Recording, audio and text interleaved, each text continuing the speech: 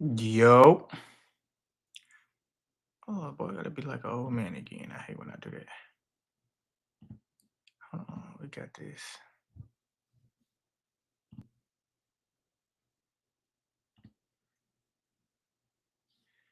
Got chance down there.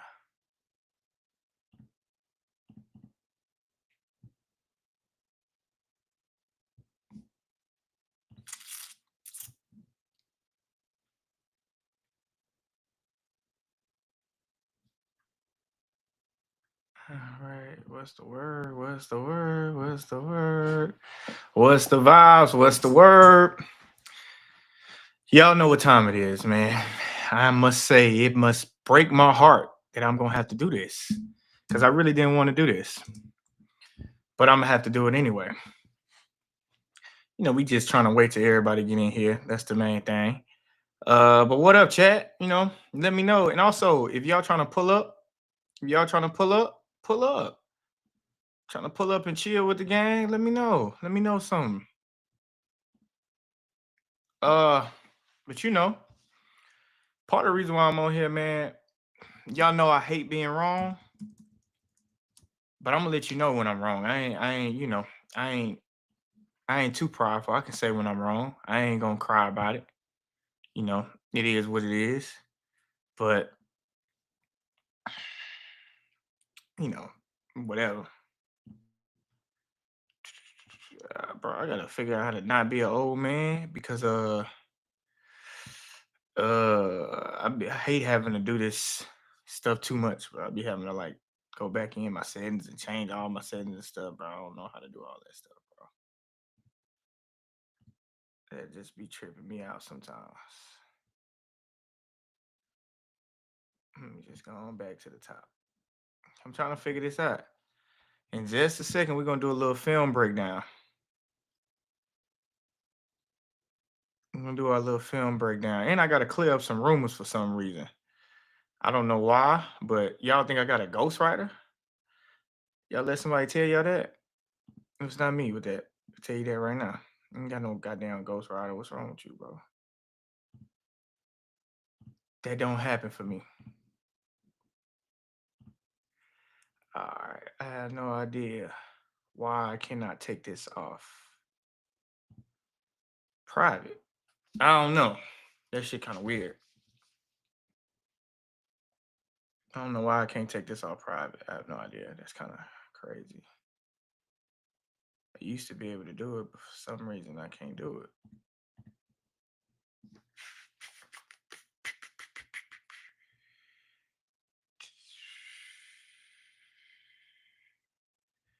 For some reason I cannot do it. What is the reason why? I don't know why. I cannot take this off of private.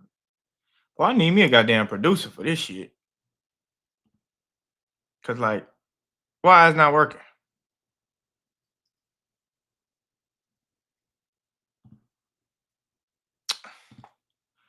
Also, bro, if you want, if pull up, let me know, bro.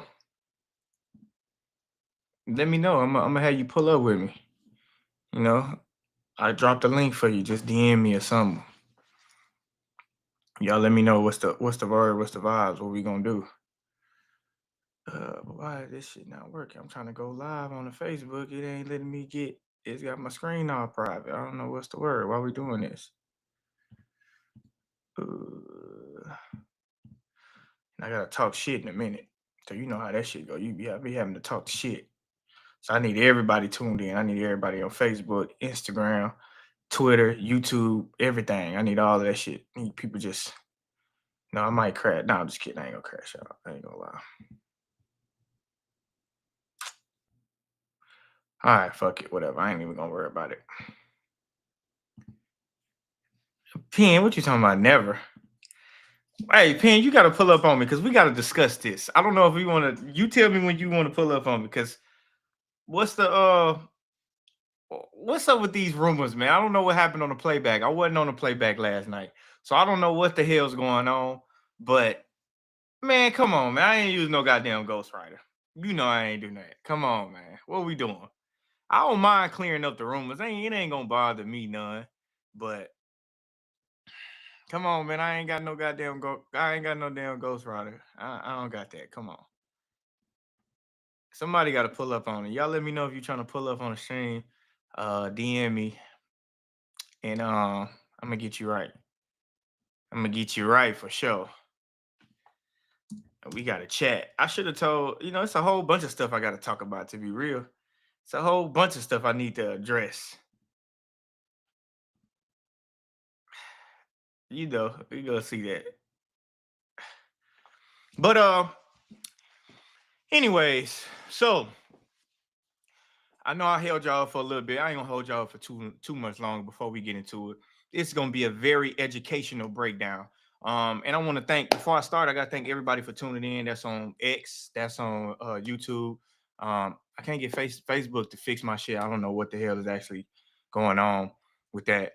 But anyways, it's gonna break my heart to say this because y'all know how I feel about LaMelo Ball. Y'all know how I've been going crazy for LaMelo Ball all this time, right?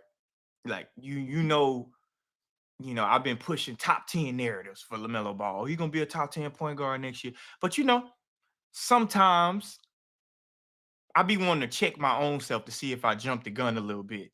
So what I did was I went to I went to watch a little film.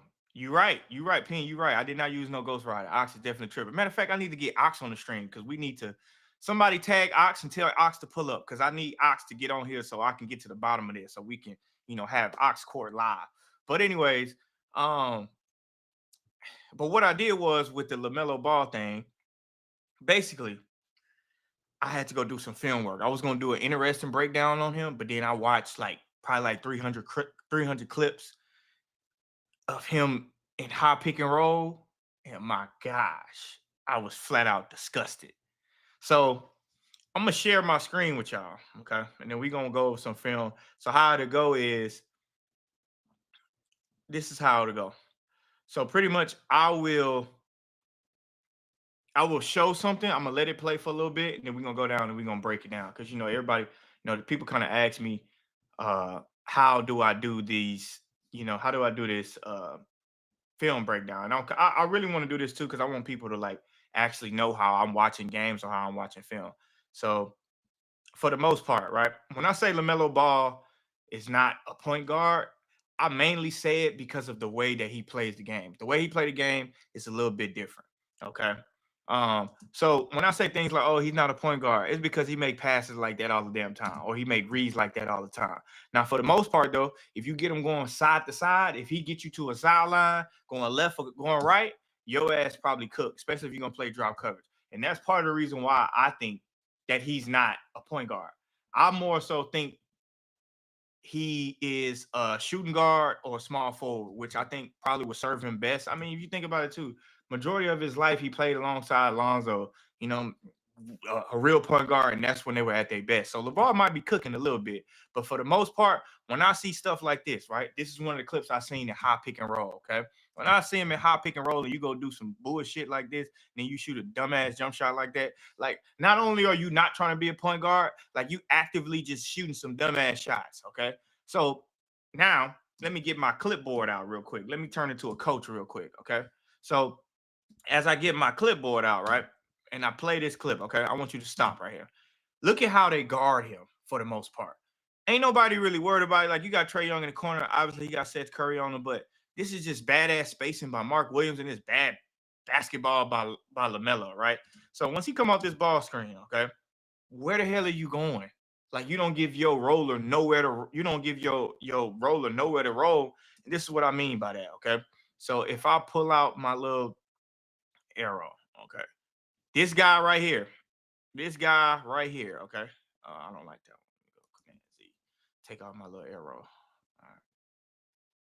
And let me get to my little drawing. All right. So this dude right here, he needs somewhere to go. So he either got to go right here, or he should probably pop. Okay, maybe stay right here. But LaMelo, on the other end, you got a defender on your back. You got one of them in front of you who just staring at you. You got a low man who just staring at you, and then you got Trae Young right here who just staring at you. Okay, you got that many people staring at you, but I want y'all to see how many people actually move when he dribble the ball. I want y'all to see this is what I'm talking about, and obviously the new word gravity. Everybody want to talk about gravity. Part of the reason why LaMelo not a point guard, he don't have no gravity. Watch this. Boom. Nobody really moves, and then you just take a badass shot like that. When, if I go back a little bit, I want y'all to pay attention. All right. I didn't mean to go back that far. So I want y'all to pay attention to this. So we stop it right here. There's a guy that's wide open. And I want y'all to see who it is. This dude right here is ass open. And instead of us getting that ball to him, we decide we want to take a shot like this. There you go. He right there. He wide open again. And we decide we want to take a dumbass shot like that. And I know people can say, "Oh, it's just one play. That's just one play." Bullshit. Shit. That ain't no goddamn one play. This all the time with LaMelo, okay? You got high pick and roll again. All right. Now you coming off, right? First of all, it's probably a moving screen. He didn't give him a step. But boom. Look at this right here. Nobody really moves. I want you to pay attention to Trae Young. This is a 6'7" guard coming in the paint. Usually you're going to get everybody collapsed in the paint. Trae Young going to give a little jab. Even O'Connell going to give a little jab. And then once he realizes LaMelo going to shoot some bullshit like that, it's like, now I'm a contest. That's what I'm talking about when I say from a gravity standpoint. He don't really have no gravity to make people, collapse the paint to where he got passing angles. Is because one thing you're going to notice about LaMelo when he playing is once he commit to something, he committed to that shit. And that's just the bottom line of it. Like, let's go back. This is what I mean by once he committed, okay? So he goes forward. Now, there's no way you can't tell me, there's no way anybody that's playing basketball can't tell me that they don't see this guy right here, right? This guy right here, one on you right there. It's no way you can tell me that you can't see them. Why won't you swing this ball right here? This is where the ball needs to be swung. But once again, not really a point guard. Point guards see those things. Scores don't see them. So instead, you get another dumbass shot like that too. And I watched a lot of his clips. They okay with shooting them bullshit ass shots like that, bro. They okay with shooting these bullshit ass shots, like with him shooting these bullshit ass shots. Okay. So, for example, you got the ball screen again. Bro, he's so bad in high pick and roll. I have no idea. I have zero idea why they keep allowing him to do this in pick and roll. All right. So you got a high ball screen, go off another one. And I want you to pay attention to this because this is what I mean with zero gravity. Obviously, you get a stun out of the corner and then you get a tie up or some bullshit there. I think they call it foul. That's really not a foul. It's probably just a jump ball. All right. But pay attention to this. Look at, these are all the people that I want y'all to pay attention to when I'm going over this. Okay. I want y'all to pay attention to, and I'm going to put it in red so y'all can see it. I want y'all to pay attention to Bam, Andrew Wiggins, and then obviously Tyler Hero. Okay. I want you to pay attention to that. All right. The whole time while we're going on. All right. So let me get out of here. Okay. So pay attention to that while this is going on. So LaMelo comes off this ball screen right here, and it's just Duncan Robinson on him. Okay. So Duncan Robinson is guarding him all the way to the paint. Now watch Bam. Look at Bam. Bam, this is 6'7". This is a 6'7" guard. How come Bam don't think that he's supposed to drive down and get that shit off the glass? You know what that means? They not worried about that shit. They don't really give a damn about it, to be honest with you. They don't give a damn about what LaMelo doing. They just, okay, it's like they anticipating him shooting some bullshit. That's really what they anticipate. So nobody helps, and then you get a one-on-one drive with Duncan Robinson. Tell me when your franchise player will get a one-on-one drive with a guy like Duncan Robinson, ain't nobody gonna help. It's obviously they think he gonna do some bullshit. That's all I'm saying. And this is why part of the reason why I just genuinely don't think he a point guard. And I don't want to make this comparison because I don't want to think I'm comparing Trae Young to LaMelo Ball. That's not really the case. But what I want to show you is the gravity of a real point guard. Now, obviously, I think Trae Young is a point guard. I think he's probably one of the better point guards in the NBA. He don't get enough respect. You hear me and Ron talk about that shit on the panel all the time. But at the end of the day, okay, this is what's what happens with a real point guard. Look at the gravity with this one, okay? You got 5 guys gonna be looking at him the whole time. All right, boom. So this is another thing LaMelo struggled with: the speed of coming off the pick and roll. And when you come off this pick and roll right here, okay, as a guard for Trae Young, all right, his read is gonna be Jonathan Isaac. You're always gonna read that. All right. And I want y'all to pay attention to what he do when he actually reads Jonathan Isaac. Okay. Boom. So instead of him going fast and taking that badass shot like LaMelo did, he don't do that. Trae Young gonna back out. You reset. There's no way you're gonna attack Jonathan Isaac. Why? I mean, you probably could get your bag off, but my question would be why? Why the hell would you want to attack somebody like Jonathan Isaac? So Trae Young make the right decision. Okay. He go into a swing and then he called for the ball back right away. He called for the ball back. Now you got Jonathan Isaac on you, but you at the top of the key this time. So multiple actions can happen when you at the top of the key. For one, they gonna come set a ball screen, right? Trae Young notices off the ball screen. Let's go back a little bit, okay?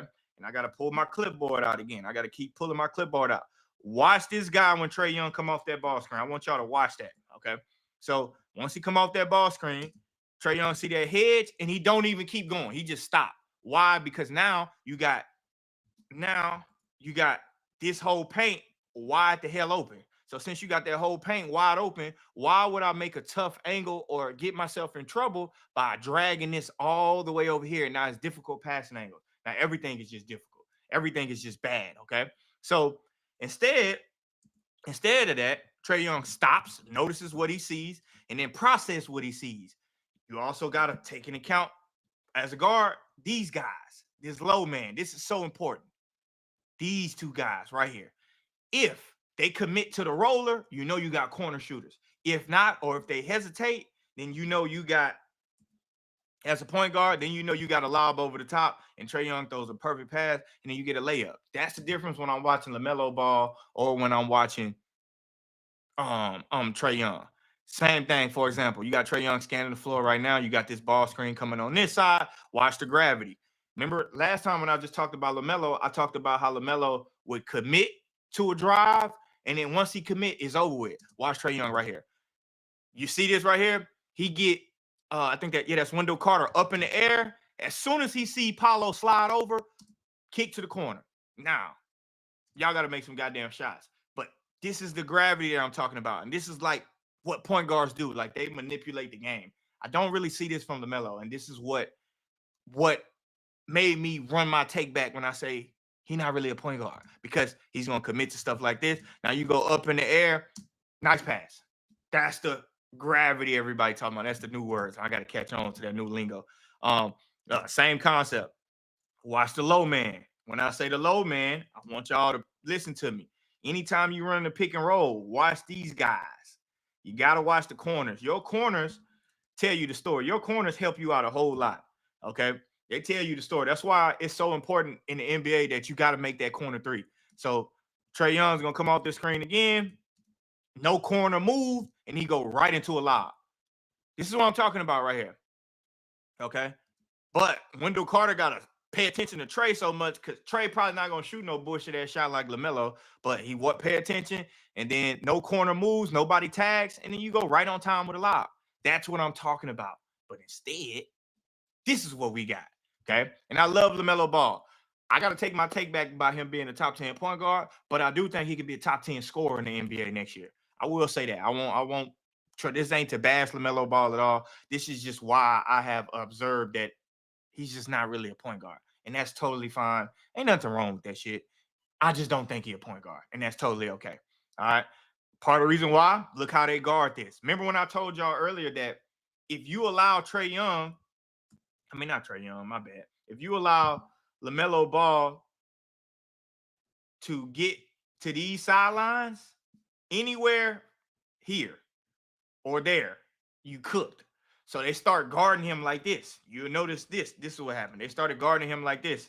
Now, watch Trae Young. He's just going to force him to go middle. And once he forces him to go middle, now, as soon as you force him to go middle, now he has to worry about this drop coverage guy. So if he got to worry about this drop coverage guy, now this is where he struggled at. He ain't even looking. Like, what type of point guard don't even goddamn look? You mean tell me you ain't going to look at all? You're not going to look at what's in front of you. He looking to the side, just to shoot this bullshit ass shot like that. That's just not a point guard. And that's okay. And I think he's so much better playing off the ball. And not necessarily off the ball, but just give him a different role. I think he'd be so much harder as a recipient of the first pass. I don't think he always has to create and initiate because How the hell, once again, you're looking this way, you got, oh, hold on, I gotta get another tool out. Let me get another tool out real quick because I want y'all to see this. Okay, so he looking, you got LaMelo Ball looking this way. He don't look at him. He don't see this, that. He don't see shit. All he gonna figure out is the goal. Also, right now, if he had his head up, you would be able to see one of the low mans is right here, and your shooter is right there in the corner. That's what you got to be able to look at. But he don't see none of that shit. Part of the reason why, like I said before, you're just not looking at a point guard, and there's nothing wrong with that. Okay, there's nothing wrong with what I'm talking about. So instead, this is what you get. You get a bullshit ass shot when, as this shot go up in the air, you know you taking a badass shot when, as soon as you see the shot go up, you look at this guy right here, he wide ass open. You don't give a damn. I ain't mad at you, Melo. I really don't mind you playing like that. To be honest with you, if I can't call you a PG if you're gonna play like that though, I ain't mad at you though. Same example, they let him get to that sideline, but instead he don't slow down. Oh my God, this shit is horrible. Like, y'all know I ain't hating now, but this shit is horrible. Okay, so I come off. This is the read. Remember, I was just telling y'all about what should guards be looking at you come off the pick and roll. I'm gonna show you. You're supposed to be looking at this guy or this guy. Okay. Now, LaMelo ain't looking at none of that shit. It looked like he only looking at this guy. That look like the only guys he looking at. Okay. Rightfully so. But the decision, could you believe the decision that he gonna make off of this? Jesus Christ, that's a shitty ass pass. That, like, God damn. And that's okay. You know, you sometimes I feel like sometimes NBA personnel overthink some shit. You know, you got a dynamic guy who can make good passes. That don't necessarily mean you got to put him at the point guard position. That definitely don't mean that, man. But they did. And now you got to deal with some shit like that. Like, that shit is unbelievable, to be honest with you. But this is why I'm okay with him being off the ball. Because he can do this one thing. If you leave him open, he will strap that shit down. And number one, he's just so hard to play out of closeouts. Like, a dude this damn quick, you really can't close out to him. Like, for example, Josh Hart kind of step up, and yo, look how far he is from the 3-point line, and he can just shoot that shit effortlessly. Like, that's cold. That's what I'm saying when I say that's cold right there. But that's what I be talking about when I'm watching film and I'm looking at certain things. So y'all know I'm just not yapping, because you know everybody think I just be yapping. I'm not yapping. I'm serious. When I go watch film, I be looking for shit like that. And I just came to a conclusion. And it's okay. Everybody can be wrong sometimes. Nothing wrong with that. But he ain't no goddamn point guard. And that's totally cool. Y'all gotta, I'm gonna look at some chat. Oh, your breakdowns. Oh, who is this? Who this is right here? J-Ro dash D Willow Block R.1C. Damn, J-Rod. I think that's what they call you, J-Ro or J-Rod. Which one? But boy, that's a hell of a description right there, boy. YouTube let you put all that shit on there. But your breakdowns be hard as fuck. Love these hoes, fam. Love these hoes, fam. Wait, I'm reading this shit like Ron. Damn. Your breakdowns be hard as fuck. Love these hoes. Love, fam. Appreciate you, gang. I really do appreciate that, man. Every time somebody tell me that, I try my best to let them know I really appreciate you, gang. I don't have no problem saying that. I definitely appreciate it. Low-key remind me of Kobe show. Oh, that's a hell of a compliment. I mean, you know what? Something like that. You know, I'm trying. I got something like that. I ain't, I ain't gonna say too much, but I'm trying. You know, I'm gonna be on here a lot more. Y'all can expect me at least 3 times a week now. You know, I got my state of the art set up right now. So 3 times a week, you should be able to expect me on there. But I definitely appreciate that. Anybody who want to pull up and y'all got something to say to me, go ahead. Let's pull up. Come on. Pull up. Don't be scared. Just message me. I'm gonna send you the link.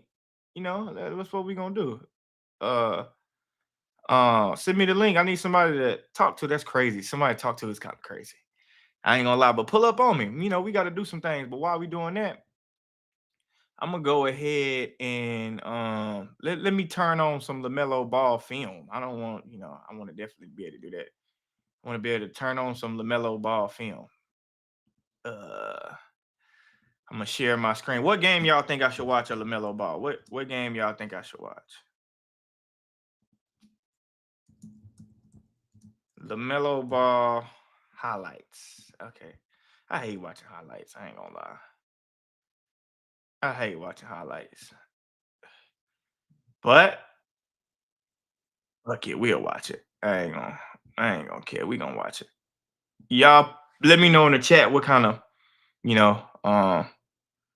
what kind you want me to do. And then we can kind of see what's the word on that one. Let me go ahead, open the window. No, tab. Okay. All right, I'm gonna share my screen. Let's go full screen on this joint too. The inbound.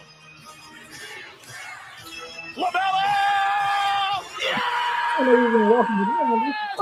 Go back a little bit. Challenging the inbound. LaMelo! God damn. Damn. I ain't gonna lie. Jesus Christ. That's a hell of a shot right there, boy. I didn't know he was gonna shoot that shit like that. God damn. Oh, yes! That's what I be saying. I don't know, bro. Put the man off the damn ball. I'm wasting your time with him going on the ball. He can make some shit like that happen. And the fact to me is it's the fact that he can shoot any kind of shot. Like he can shoot fast as hell. Like he can shoot any damn shot. So that's why I'd rather have him off the ball. But Ruling floor is a successful three-point field goal. This play is now under review. That's a hell of a shot. Oh boy, I remember this game, boy. He scored tonight. Stolen. Miles has got it. Hornets can take the lead. Who wants time? That's the dynamic. That shit nice. That's the dynamic shit I've been talking Easy about. transition buckets. Look at the strip right there. Bridges gets it up to doing that LaMelo. bullshit. LaMelo back, and we've got Airbnb.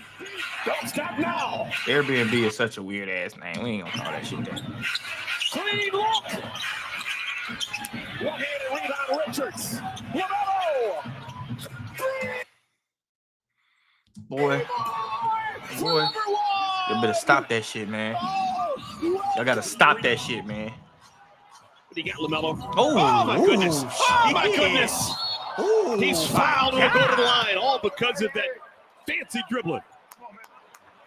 Tell you what, God. he is slim, and he just needs a crease or a crack. Look at this ball handling right here. Clean behind. Oh Behind my God. the back, doesn't take it all the way around, back from the left hand to the right, and almost spun that in after a hard hit. He ain't gonna be no top 10 point guard. Our first He's half. gonna be a top 10 scorer. This is almost exactly what we saw on Wednesday in Houston. Oh my goodness! A fading one-footed three-pointer by the kid. Hawks had missed their first 4 3-pointers of this third quarter until that one falls. LaMelo steps behind the line. Three ball falls. Hawks had missed their first 4 3-pointers of this third quarter until that one falls. Quick. LaMelo steps behind the line. This Dyson Daniels. This is what I'm talking about right here. This is Dyson Daniels guarding him, okay? Dyson Daniels, okay? So you go from to that one, and this is why you give him the ball and you let him play off the catch, it's so hard to guard him because he got this and he go right into a ball screen, and now he can plan his moves out and he can play off of instincts and reaction, and then he's such a dynamic scorer. You see this, boom, slide. LaMelo steps behind the line. Three. My God, goodness gracious, like, oh my God, that's what I'm talking about right there. That shit is tough. Like, ball for LaMelo. That's why I would rather. Second That's why I'd rather three, play he's fall out of off the ball, bounds. not He on the tried ball. to just save that in. Oh shit! Get that shit Blocked by Nick Richards. That'll save the day. LaMelo gets a steal. 3-on-2. This man went straight into goddamn drill work. Look at this shit 3-on-2. right here. This man punch dribble. You know what that look like? It's a steal. This look like when you in training and the trainer say, "Hey yo, I want dribble up, punch dribble, shoot it." 2. Boy, you out your He goddamn plays just a wonderful game, doesn't he? Play too damn. Man, he plays with such joy. Carefree. Hold on, I gotta go back. Y'all know my Wonderful pet. game, Look at doesn't this he? shit right here. Man, he plays with such. This one nigga right here, he got his damn pants sagging. Joy. There go the shit right here. This shit I be talking about right here. I swear to God, I wish the NBA banned all this shit right here. All this coming to the game on the sideline with your motherfucking jury on and shit like that. Go sit your ass in the locker room. You're not finna come on the sideline with all your damn jury on. That's why these niggas miss so many damn games, because they want to be seen. They want to be on the sideline looking cool as shit with their jury on. They want the camera to flash and somebody say, "Oh, you see that nigga with all that jury on?" That's why these niggas miss all their games, so they can be all cool and shit on the sideline. I'm telling you, boy, I can't stand no shit like that. Fuck, you got all that damn jury on. 5-point game. Not playing. There's a couple of fouls to play with. Oh. LaMelo. Oh, you let them go side to side, There's a couple of fouls to play with. Oh my God. LaMelo. Oh, my goodness. Oh, diddly D. Doesn't matter. He's got time and he's got game. Look at him set up the D, step back deep off of one leg. Nothing fundamental. What this He's got right game. Here? Look at him set up. Bro, he go from step back off the right foot to the left foot, and then he shoot that bitch on one foot. Step back deep off of one leg. Bottoms. He's got Former North Carolina Mr. Basketball, Bam Adebayo, back in 2016. Oh my God. LaMelo frees himself and hits it. We may play too much, bro. That's part of the problem. Turn the corner right there. Oh, Jovicin, I can't get beat. Stop on the down, back up. Oh, You fall to the young man. All right, here we go. LaMelo. Oh, you let him turn that sideline. You let Melo get to that sideline? Yes, it's toast, because he's so goddamn fast. He turn that corner over. Nigga's wide open. They gotta act like, look, nigga wide open in the corner. He gotta act like he like this shot. Watch nigga in the corner right here. LaMelo. Look at him. He wide open. Look at him. Off balance. Flips it in. First two for LaMelo, and he's fouled. At taking contact, Nigga, squaring his shoulders and oh my gosh. finishing on the shot. Look at that right there. 11 seconds on the shot clock. Again, a great overplay by LaMelo. And he knew where Diabate was. I wonder how many games have niggas watched You have your top year. two scores. Ain't no way this on a highlight Playing tape. buddy ball. Look at this hustle right there. Who put this on a highlight tape? What the fuck? Ain't no way in hell they just put a motherfucking bullshit ass thing on a highlight tape. And you have your top two scores playing buddy ball. Look at this hustle right there. LaMelo. Steal it. There you go. You let him get to that sideline. It's over with. That's what superstar. Here we go right here. You let him get to the sideline. Yeah, it's too slow. You ain't gonna be able to head. It's over with. You can't get to that sideline. You know ain't no help. My nigga, RJ Barrett, you already standing right here, bro. You might as well help. Fuck it. Like, that's already too late. You might as well help. Ain't no way in hell you just gonna move out the way and just let him go. What kind of shitty ass defense is that? Penn. What the fuck do the Raptors be teaching over there? That's what superstars do. Yeah, that's tanking. That shit right there, let's go back to that shit. This shit is tanking. Your ass tanking. Like, bro, you already right there. There's no way you gonna move out the way and then let him just get to the basket. The fact that Melo didn't even think to kick it is crazy as a motherfucker, too. That's what superstars do. You can't tell me they Where were. he has been perfect this year. Just right here. Look at LaMelo. What the hell? Why would you do that? Why? He ain't even looking at your dude. You know he not passing that shit. Melo split a couple of defenders and lay that no quickly. Had a good Olympics experience as well, too. LaMelo! He's found his stroke here in the second quarter. He's got 14 and 7 in a row for the Hornets. Damn. 5-point game. LaMelo off balance, but still hit it. Oh, shit. I don't know. Go inside, step inside, bounce out, step back. LaMelo off balance. If I was guarding this shit, I don't gotta sit in no fucking drop. Bro, really, just blitz the fuck up. If you blitz up, he probably not gonna pass. He probably gonna shoot. Like, I'm gonna allow that tag. I'm gonna allow that low man to tag the roller. I'm just gonna push up. I'm not playing no drop coverage on him. LaMelo off balance. For what? But still hit it. As long as Musa gets good screens. LaMelo working up the screen from Diabate. Strong! LaMelo working up the screen from Diabate. Nobody doing shit. They just said we gonna allow LaMelo to just go hoop, and if he make it, he make it.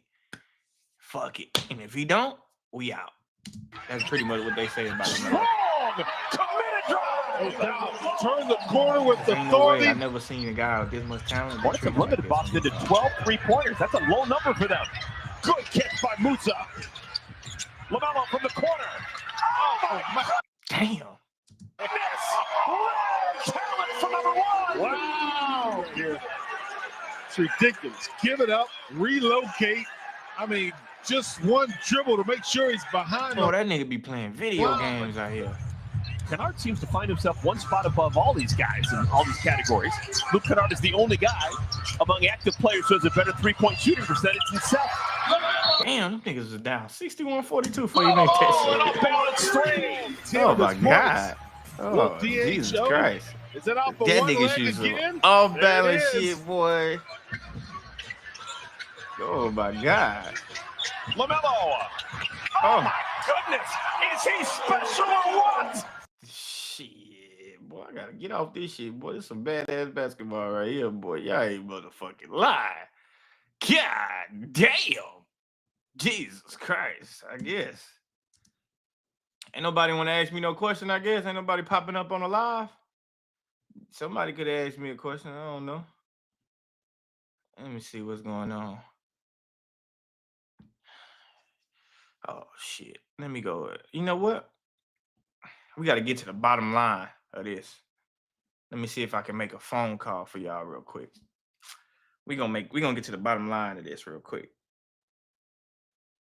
Big Ox. I'm about to call Big Ox Bob. Ox on playback? I'm gonna see if he gonna pull up with me.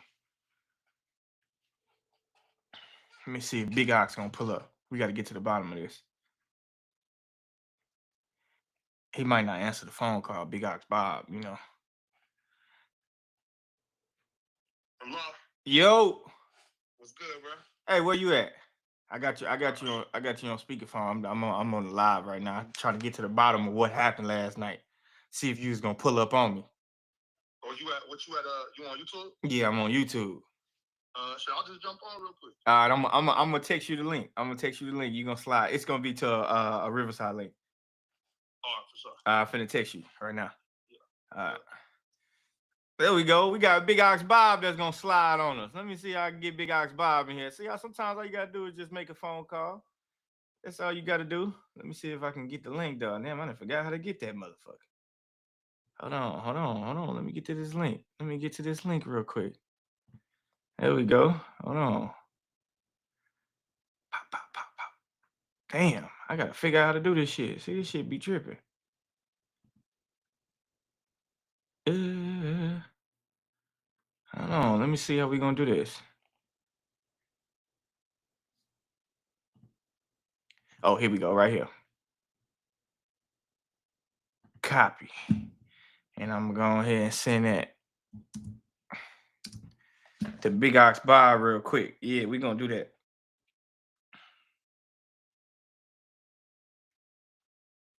Yeah, I gotta, sometimes we gotta get to the bottom of some stuff. I gotta see if Pen gonna jump on too.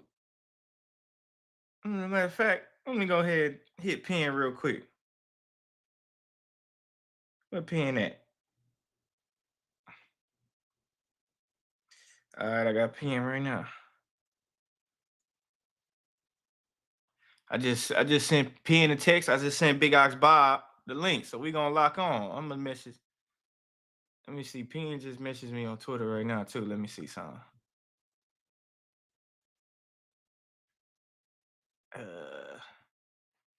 Hop on live.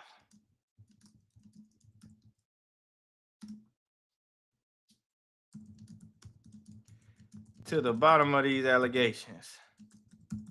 Y'all see me, I'm live doing Twitter. Got my Twitter fingers going live.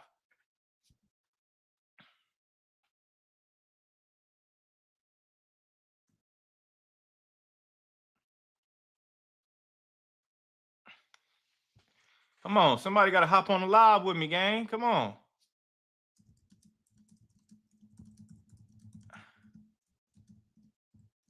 I'm in the mood to crash out.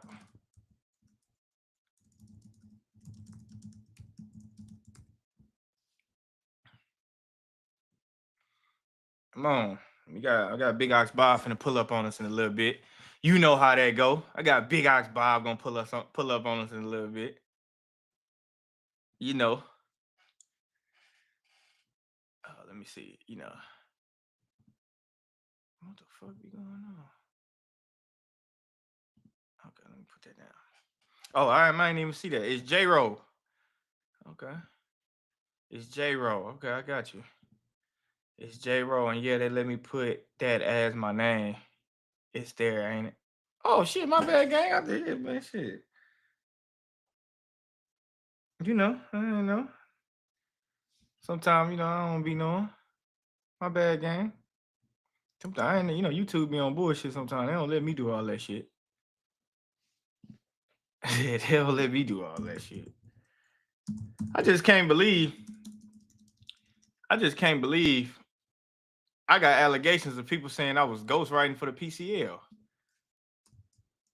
I don't think so. I'm gonna be real. Me? With a ghostwriter? Nah. I'm way too damn clever. There's no way in hell. Me? Your boy? With a ghostwriter? Cap. You're lying. Cap. Everybody's scared now. But when it's, when we on everybody be crashing out when it's some real shit, but everybody's scared now. Nah, don't get scared. Come and talk your shit. That's what we doing. You know what though?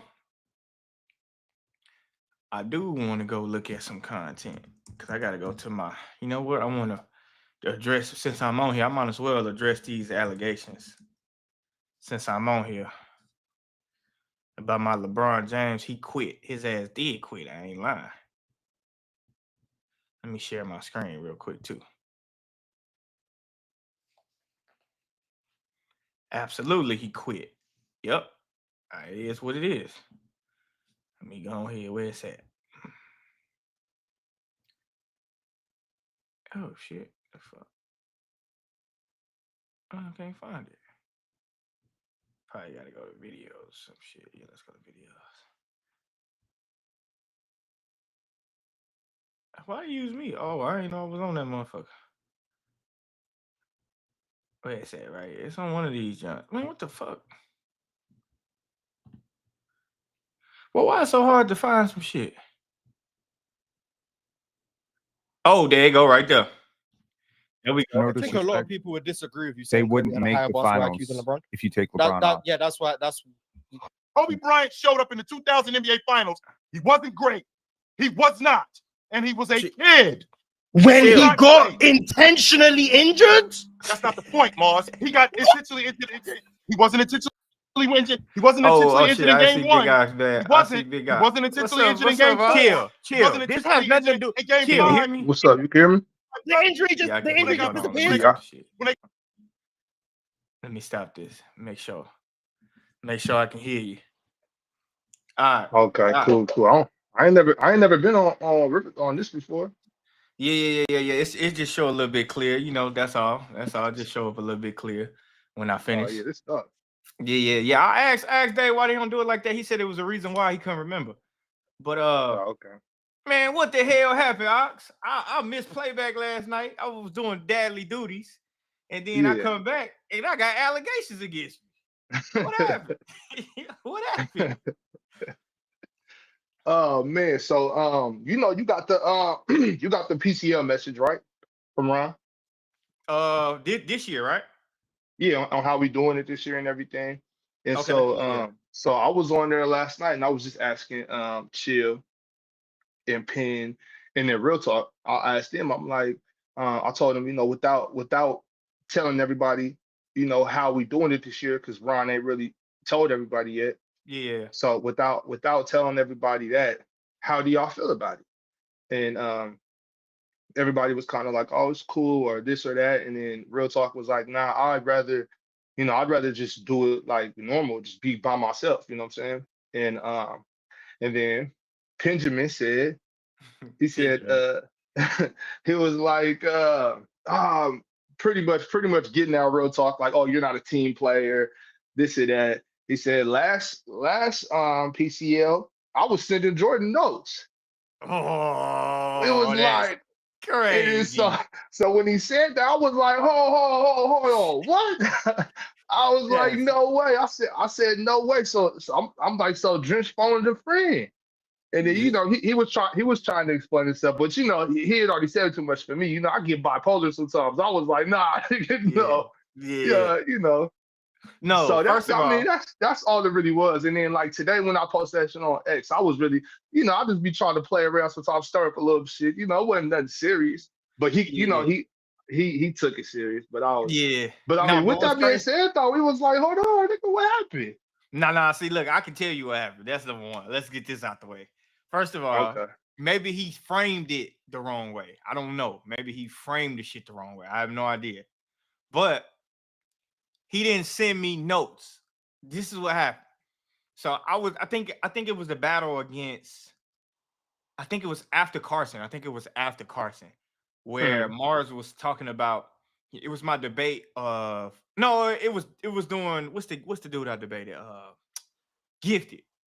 We were talking about the Shaq and Dwight Howard debate, right?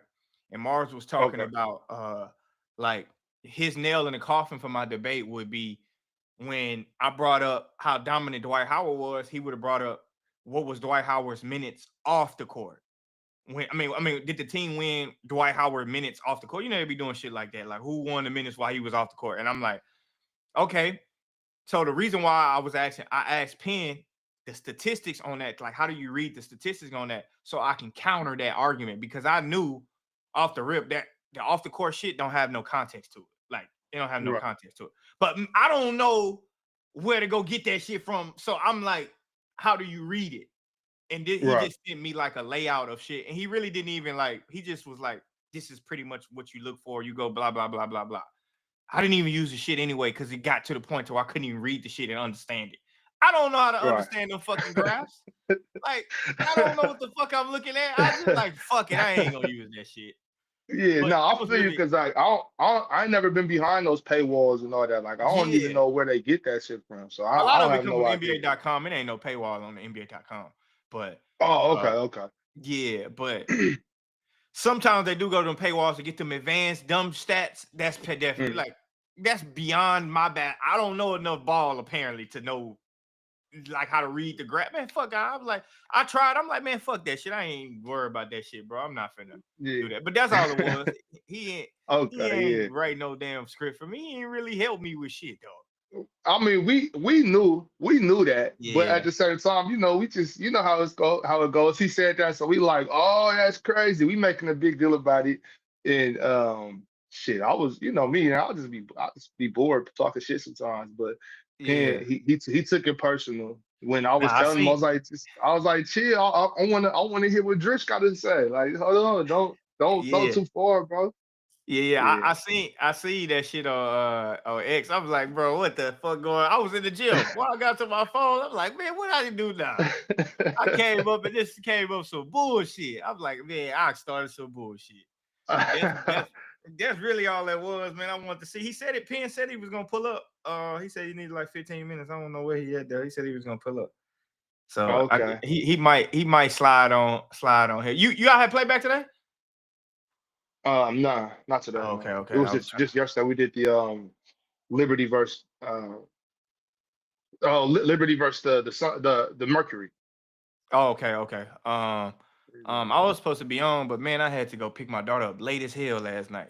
So I was trying to hurry up and get back, and I would have been back at like halftime. So Ron was just like, fuck it. Should have called his ass. Got his ass on here.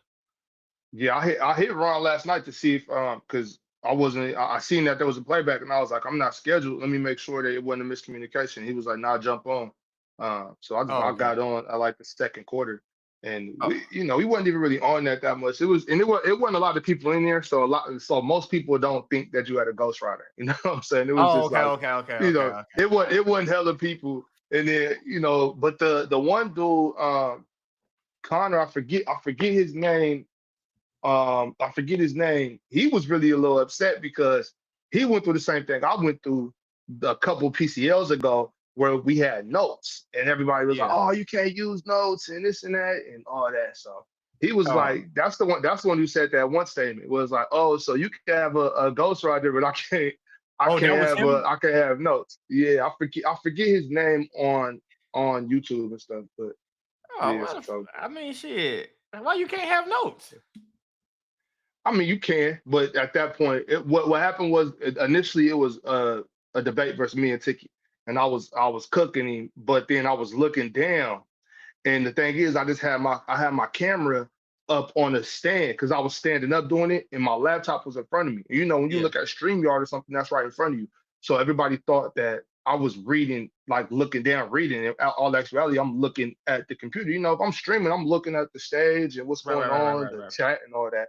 So a lot of people don't really understand how the StreamYard and all that stuff works. So So you wasn't even really using notes. No, I was using notes, but I was like, they was like, "You're reading the script." I'm like, I'm not reading the script. I got some notes like bullet. I'll do my notes like bullet points, Yeah. Right. Yeah, because bro, first of all, don't nobody just sit there and memorize all that shit besides Mars. Mars memorized every fucking thing.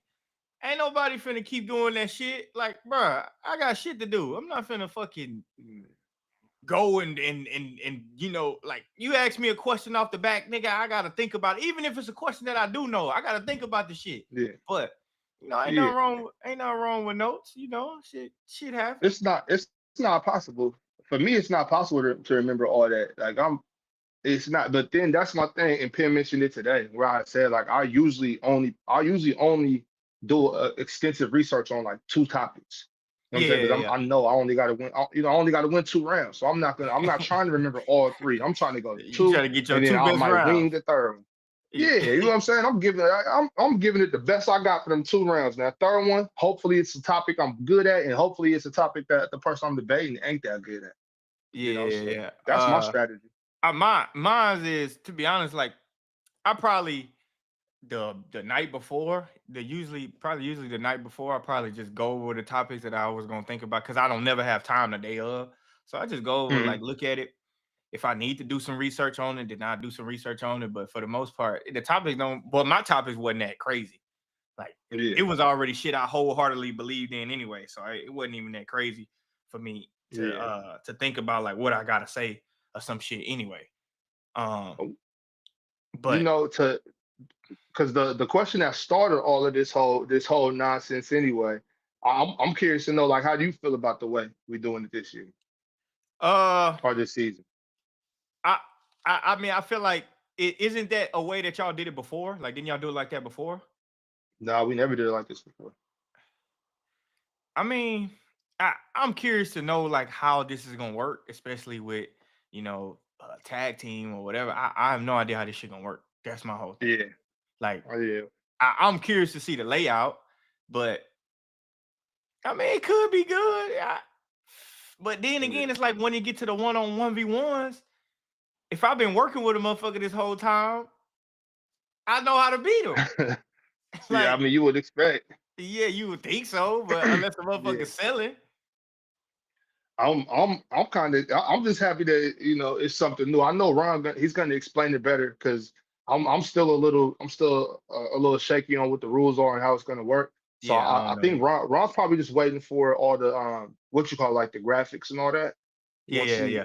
Once he gets all that, I'm sure he'll, because it's gonna start in a couple weeks. Like, it's in the middle of September, I think. So I'm pretty sure he'll start just dropping all that. Another thing, it depends for me too, because bro, I'm finna go out of I think I'm finna go out of the country. I think I'm finna go to Israel for like 5 days. So that shit, I hope. I mean, if it do start, I hope. I gotta. If I'm out of the country, that shit gonna be a little bit hard. Yeah, it's shit. I don't know. I know I'm about to be gone on the 17th. I'm finna go to Hawaii on the 17th. So I'm gonna be gone for like 5-6 days myself. So I think I'm gonna be going 12th. The 12th. Okay, I think if you should, I think you'll be back in time because I think we start on the. Well, I don't know how long you're gonna be gone though, but I think we start on the. I think Ron said the 21st or the 23rd, if I'm not mistaken. I think I'll be back by the 17th. I think I'll be back by the 17th, something like that. Okay, yeah. So that's the only thing I was worried about. I'm like, damn, I got this vacation, so yeah, you know the EuroLeague season about to start. They about to get up and running, so I'm finna make my rounds a little bit. You know, see what I got going on. I gotta go check out Israel for a little bit. Pen, what's the word? What's good, y'all? Yeah. What? Well, yeah, no, we can hear you. Good stuff. Okay, Mr. Shit Disturber, what's up, Bob? The rhyme writer himself. Stirring up some absolute childish nonsense. Yo, Pen, you gotta let me cook sometimes, bro. You can't, you know what I'm saying? Let me get my shit off. Yeah. We just had to clear up some rumors, you know. I just wanted to know, you know, what all the rumors was about. That was the main thing. We try to figure that out. What happened? But you know, it cleared it up a little bit. I told him, if I can remember, right? I mean, you could, like I told Ox, you can kind of correct me if I'm wrong. I remember me asking you about like some stats, like how to read a certain amount of stats. I think that's what that was about. Exactly. Right, yeah. And then that was it. And then you didn't end up using any of them. There you go. Thank you. And that's what I was saying. Like I just didn't know how to like go to it or read it. And the reason why I didn't use them is because I know basketball. I don't really know graphs, metrics. I don't know about none of that shit. Like it literally just took me up until I had my daughter to understand the whole percentile shit. You know, how motherfucker be like, you in the 78th percentile. I was like, what the fuck is that? Yeah. Oh, because when you find their weight and height and stuff like that. Yeah, you know what percentile they is. Yeah. That's really when I just figured that shit out 10 months ago. So I don't know. But I don't realize what I was saying was controversial at all, but you know, as they say, mind your audience, realize who you're talking to. So yeah, the way I would look at it is you going up against Carson or Logan, my thought process was they're going to come with some numbers. Right. And, you know, I prefer you to win this. Right. I offered you some numbers pretty much unsolicited. It's not like you came up to me and be like, yo, Pen, I need some help. That really wasn't how it went. You know, I think it's perfectly okay to say, what's your debate topic? Here's some numbers that might help you in case you get in trouble. You didn't end up using them and you won anyway. Yeah. That's it. I think Ox's main concern was, did I help you beat him? And to that, I will say 100% no, because Jordan did not reach out to me ahead of his debate with you. Correctly so, because he does not need anybody's help to beat you in a debate. I wasn't even tripping off that because I know that the only reason Jordan beat me in that debate was because I forgot to say Norman Powell's name. That was all on me. You know what I'm saying? That was all on me. Jordan, you was trying to convince the people that Jared Dudley was going to knock Kawhi. First of all, there you go. Ox was trying to convince the people that Jared Dudley was doing that. I didn't say nothing. Jared Dudley was not even on my mind. But, you know, go ahead. You know, that's what it take you to get that takeoff. Bro. I honestly, bro, I'm going to tell you the truth. I really didn't care. You know what I'm saying? I'm a content creator and not just basketball. Right. You know what I mean? I'm like, yo, look, this is something that the people are gonna love. You know, so let's have a little fun for 48 hours. You know what I mean? You gonna have to trademark your name. Can we once in a while give them some high value content? Can we once in a while give them something better than schoolyard rumors and nonsense? Can we give them like something to chew on? Can we give them something to think about? Can we give them something to educate their minds? I do a lot of that. You know what I'm saying? Y'all seen the graveyard shit. If it wasn't for, you know what I'm saying, you saying, Pen, in my defense and everybody's defense that was on the stream, you said, I was sending Jordan notes last PCL. You know what I'm saying? Hey, you say that and we gonna roll with it. You should have said what you just said. You know what I mean? Very, very, very, very clearly. No. This was all you know our audience on is the way stream, too late whether you for that. chose to close your ears. Well, I don't care if people have attention deficit disorder. I said what I had to say, and I said it very clearly. And I made it very clear that I did not help him at all. I made it clear that the context was very simple. And the context which you left out was that Real Talk came on and said he didn't want to work with teams. He's like, well, if I got to do it myself, I'd rather lose by myself. And I said, no, intelligent I just people said do that. I said help that each a other. second ago. That's smart. If I listen to me, if I have somebody in my life who is amazing with X's and O's, like next level X's and O's, I'm gonna hit them up and be like, you know what? I really I have an argument that I got to work on the triangle. I have a couple of questions I have for you. That's fair. Right. That's fair. That's a fair thing to do. Swiper is definitely using analytics websites and subscriptions that y'all don't have. Is that fair? Mm-hmm. Logan and Carson. Is he really though? Is Swiper really doing that? Absolutely, he is. Hell yeah. Oh, I didn't know. Y'all don't know that? No, everybody, all of it. Jordan, y'all all of them are. Y'all using a synergy subscription? Hell no. A synergy subscription, like as in what? I use synergy for film breakdown. I don't use it for no stats.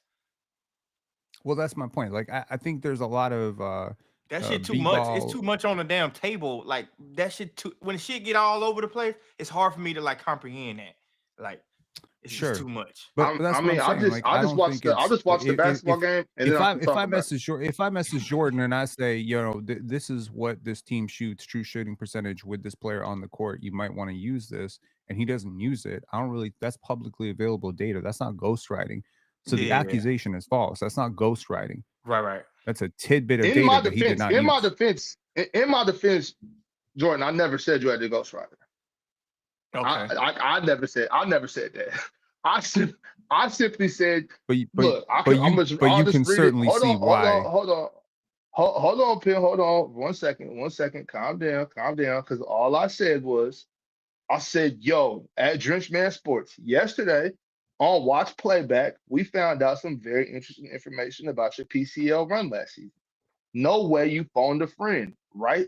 Question mark. Like that's all I said. I didn't say, hey Jordan, Penn wrote your rhymes. Like I didn't say that. You know what I mean? So you can't blame me for the ghostwriter thing. That's just that's our subscribers. Some people want to know, man. That's all. I think it's I don't think it's as serious as it seems right now, yo. I was just having a little fun. But hey, Penn, you use it's synergy, not serious at all. It's dumb. It's a waste of time. It's crazy that we actually have to talk about this. It's absolutely stupid. Penn, you use the synergy subscriptions for the like analytic data? I used to. I don't anymore. You know they make synergy so private now, bro. It's hard to get synergy. It's very very hard to get it. Like they but I do have a couple of friends who have access to it. So if I absolutely needed it for something that I was doing, like a video essay, I would absolutely hit them up. Like okay. I don't know. I guess the point that I was trying to hammer home with this new PCL style is you should help your teammates. This idea of like, oh well, I got a weak teammate, so fuck them. Like you should help them. You know what I mean? Like if you're doing 3 versus 3, and I got a teammate we're doing it this way. You know what I mean? Like we didn't. That wasn't the case for the other season. What I thought so what was the season where I think y'all did like a 2v2 debate or some shit? Was that did y'all do something like that? That was before it was called the PCL. That was like one of the Black Friday events or something like that. That was different. The one before that, we did it where we had like it was kind of like a round robin style, and then we went bracket play, and then after that we just did the straight brackets like we just did last time. But we have had 2v2s. I think we did Fluent and Chill versus I think Mars and Low. I think. I'm not sure. I'm pretty sure it was Mars and Low. But I don't remember. I can't follow it. Mm-hmm. But I think that's the closest thing we've ever done. And honestly, like we were saying a minute ago, I'm waiting for Ron to really give the whole rundown on how this one's gonna play out too, because I'm not really sure how it's gonna be. Is it gonna be? Oh, we don't know, or is it gonna be like random teams or nothing? We just have no idea yet. I do know that, but I'm not going. Right. Talk. I'm gonna let Ron.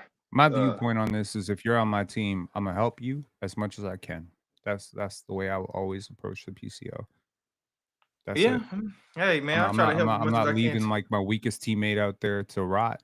I'm not gonna do that so I can stand out and be like, it wasn't my fault. That was the only point that I was trying to address yesterday with Real Talk, was he was like, oh, well, you know, if my teammate sucks, then we're gonna lose. It's like, why wouldn't you help a teammate who's weak in one point and they could help you where you're weak? You know what I mean?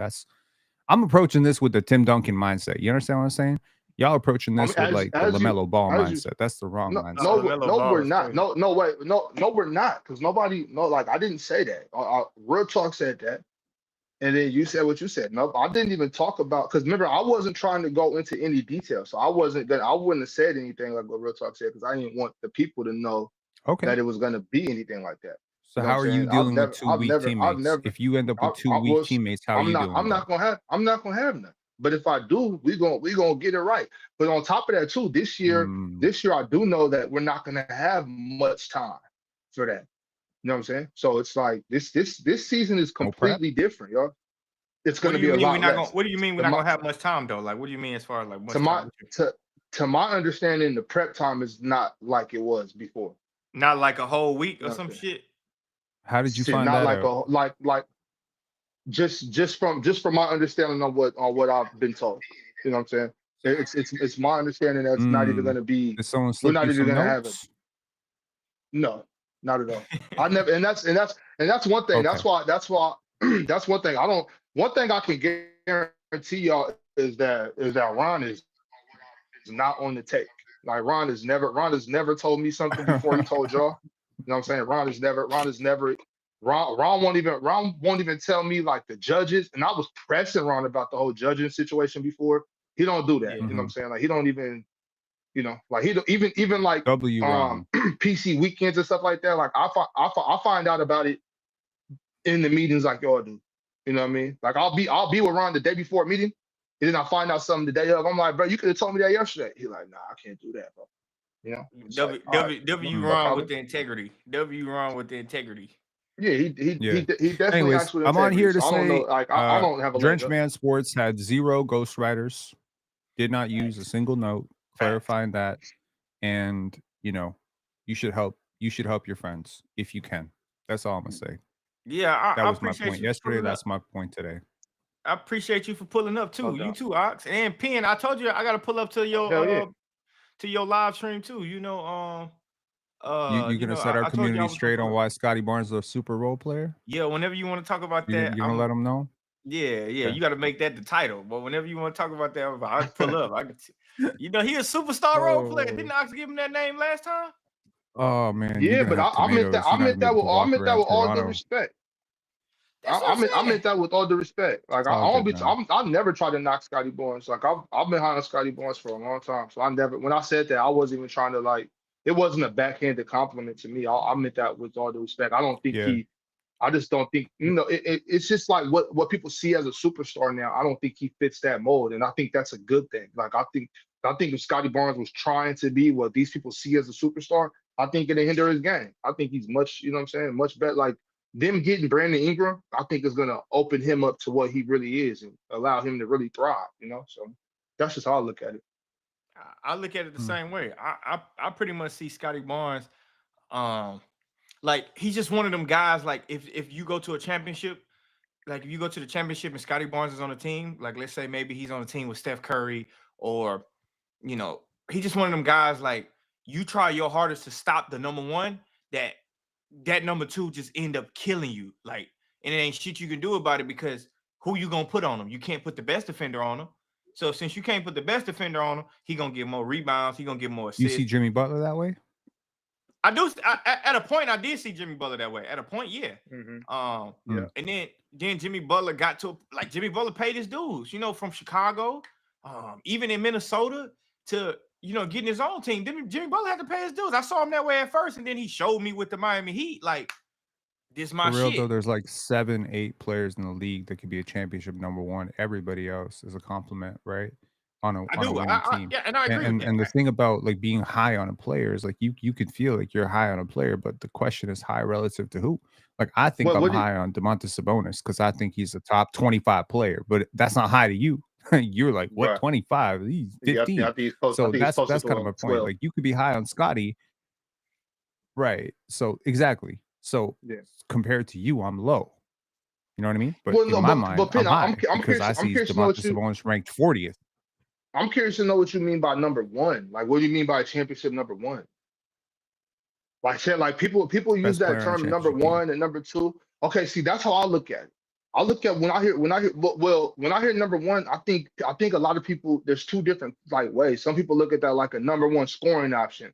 Like this is the guy that's going to shoot 22, 23 shots. I'm like, is he the number one or the best player? Because the dude that shoots all the shots ain't the best player. Like all the time. I mean, all the time ain't the best player. I don't think Scotty Barnes should be a number one scoring option on the championship team. I don't think he could be that. Right. But I do think he could be the best player on a championship team. I'm willing to agree with that because of the factors that he brings, like as far as offense, defense, rebounding, assisting. Like a lot of times your best player don't necessarily do that, or the best scorer don't necessarily do that. As far as a number one scoring option, I agree with Ox. That's what I mean by I just don't see him as a number one scoring option. And I think that's fine. But is he the best player on the team? I'm willing to agree with that more than seeing him as a number one scoring option.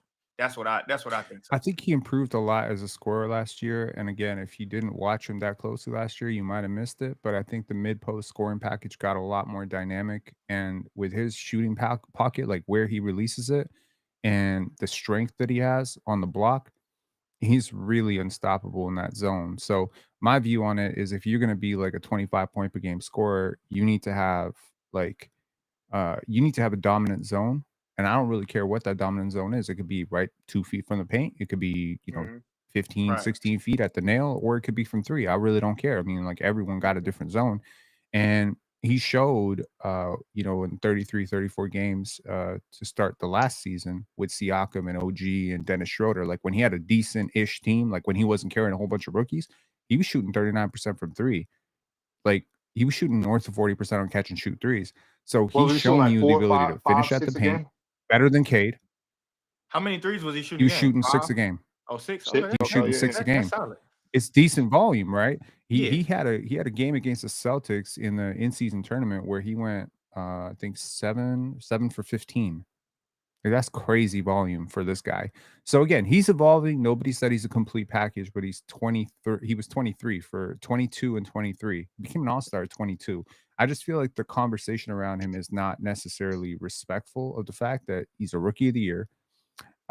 He is an all-star at the age of 22, which is hard to do. You really go through the history of the league. Not a lot of players that good that early. And again, some of the advanced analytics really love him defensively, and he just has a lot of ways that he could succeed. If you tell me at the end of his career that he's like James Worthy, like not as a player, but like that's the legacy that he's a championship third guy, I could see that. But I could also see him being like a top 5 player in the league. I think the potential is immense, and that mid-post scoring package is really what makes him special. And then he can make great plays out of those situations. A great passer, great, athlete too. So I trust him. I think he's going to get a lot better this year with better talent. I think Ingram is going to make it scary because you got 2 guys, 6'9", 7'3" wingspan. How you stopping both of them? And if Scotty draws a second, like if you can't double 2 people at the same time, is my philosophy on this, right? Like you really can't. Like everybody else going to be wide open, right? So if you double Ingram at the post, Scotty slips. He's a smart player off the ball. You see a lot of players like LaMelo Ball, they don't do shit when they don't have the basketball, right? They're not like intelligent basketball players. Scotty's going to cut into open space. He's going to find all those. He gets easy ones. That's the important thing. He gets a lot of easy baskets. In the last year, he didn't get easy baskets. Like he's better than dudes like LaMelo. I agree. LaMelo's not a very good basketball player. You know what I'm saying? He's very talented, but he's not a very good basketball player. Yeah, I'm not going to go that far. LaMelo is very talented. I mean, that's what I said. He's very, very talented, but like you can have really good basketball skills and not be a good basketball player. Scotty Barnes is less skilled than LaMelo to me, but he's a much better basketball player than LaMelo. That's a fact. You know what I'm saying? So it's like when y'all was talking about Jimmy Butler, it's like in like let's say in 2020, and let's say if you give Jimmy Butler 2021 or 2022 Donovan Mitchell, Jimmy Butler's still the best player on that basketball team. But Donovan Mitchell is going to be the #1 scoring option. Like Scott, if Brandon, you know what I'm saying, Brandon Ingram could be that. But I was just telling somebody earlier that the Cavaliers, I don't think they're going to the Eastern Conference Finals. I think the Cavaliers can lose to Miami, Toronto, and Detroit. Like I'm high on Toronto. I think size can get them again. You know what I mean? Like I think size just can just get the Cavs again, like just them being small, you know. Yeah. Obviously they got Evan Mobley and Jared Allen. Mobley taking a step up, yo. Yeah, I can see him taking a step up, but their guard play is just small. Like you go up against somebody like Scotty Barnes or Brandon Ingram, like guys that's gonna be on the wing. Donovan Mitchell can be in handcuffs. Not from Brandon Ingram, but from Scotty Barnes, he could be. You could be in handcuffs. If they say, Scotty, go get Donovan Mitchell. Handcuffs. And then now it's gonna be a long night. It's gonna be a long night. But I think a lot. I just got home. I've been going all week. My wife, she on me. I gotta go, y'all. But okay, go ahead. No, go ahead. All right, peace, Docs. All right, Docs. Peace. Yeah, I think a lot of it's gonna come down to what they do with RJ, to be honest. Like if they keep him, he's a good driver. But if they trade him for like Malik Monk, there could be like a better synergistic fit with those two. So I could see that. But wouldn't you want to put more defensive players around Scotty Barnes? That's probably what I would do. I would put more defenders around him. I wouldn't necessarily like. I don't know how. I haven't watched RJ Barrett like that close. I don't know how good he is on the defensive end. He's not good. He's not Grady Dick awful, but he's not good. Yeah, I would want to put more 3-and-D guys around Scotty Barnes. Like, just give me some guys. I mean, you want to put some creation around him too, but you get Malik Monk, he's not going to be a really good defender for y'all either. You know, he's a really good half-court playmaker, though. Yeah, he is. Yeah, he is. But at the same time, you are like, I feel like as a team, as an organization, what I would do is if I'm going to build a team, right, and my best player is Scotty Barnes. Scotty Barnes, one of his best attributes is his defense, right? I'm going to maximize his defense by putting him around good defenders. Either, right? Obviously, you're not going to always be equal, but we need closer defenders like that with that mindset. Because now Scotty Barnes shuts down defensively. And he's improving as an offensive player. Well, they had OG and they had Siakam. So yeah, and they got rid of him. Yeah, because they needed to get younger. Yeah, but imagine if them two was there with Scotty now. Yeah, but then OG would be 28 and Siakam would be 31 and your window would be closed. And that's the whole thing about, like building championship windows is if you actually want to build, you should try to build for like a 5-year window. And so if your best player at the time was 21 years old, you're looking at the situation and saying he's probably ready to compete when he's 25, 24, by which point these guys are going to be at the other end of their window. So you try to, that's kind of like what the OKC Thunder did, right? Shea is the oldest player of their trio, but the other two guys are ready to compete with him for the next 6 years. Yeah, but they also got very, very lucky too getting all those draft picks. Like, I mean, not lucky, but they got all those draft picks, which is unheard of. Toronto don't have that luxury. But I would just say, me personally, like, I know you saying that they old, but what's wrong with their window, like, being able to compete for the next 2 to 3 years with those guys? Like, I think with Scotty and those two guys, I think you could compete. 3 years just isn't long enough. And at the end of that 3-year window, if you're successful, these guys do get paid. So, like, if you look at what the Denver Nuggets did with Jokic, right? They put Porter and Murray. Those are two guys on his timeline, right? But then they started their window in like 2020 and they closed it in 2025. Now they have to switch. They had to go away from Murray. They had to like find youth. They're obviously finding value with Christian Brown, Peyton Watson, etc. They swap out Murray for Cam Johnson, but it's like your window kind of closed. You got one championship, but you got one championship in 5 years. Your window opened in 2021. And what's his name is still Cam Johnson, and what's his name is still, they about the same age, right? Yeah, but in terms of like, you're right. And you're still building around a 31-year-old. So you can't exactly like retool. But what I'm saying is like, it doesn't make sense right now to put VJ Edgecombe on the Denver Nuggets because he's like 3 years away from helping, right? Maybe 2 years away from helping, at which point Jokic might be retired. You know what I mean? So it's like it puts a lot of pressure on the organization to time out windows. Like I look at teams like the Portland Trailblazers in the early 2000s, late 90s, early 2000s, right?